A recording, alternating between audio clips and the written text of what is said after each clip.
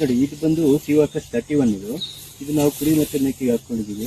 ಇದೇನಾಗುತ್ತೆ, ದಂಟು ಬಂದು ತುಂಬಾ ತೆಳ್ಳಗಿರೋದ್ರಿಂದ ನಮಗೆ ವೇಸ್ಟೇಜ್ ಕಮ್ಮಿ ಆಗುತ್ತೆ. ಹಸುಗಳಿಗೆ ಅಂದ್ರೆ ದಂಟು ದಪ್ಪ ಇರಬೇಕು.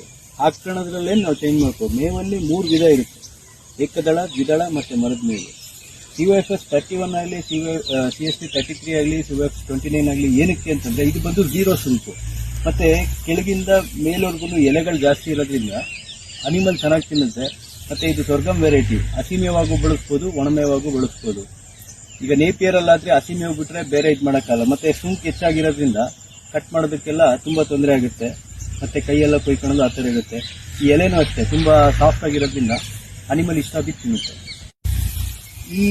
ಈ ಬೀಜ ಯಾರಿಗಾದ್ರೂ ಅವಶ್ಯಕತೆ ಇದ್ರೆ ನಿಮ್ಗೆ ನಮ್ಮ ವಿಡಿಯೋದಲ್ಲಿ ನಂಬರ್ ಇರುತ್ತೆ, ಆ ನಂಬರ್ ಕಾಲ್ ಮಾಡ್ಬಿಟ್ಟು ನೀವು ಸೀಟ್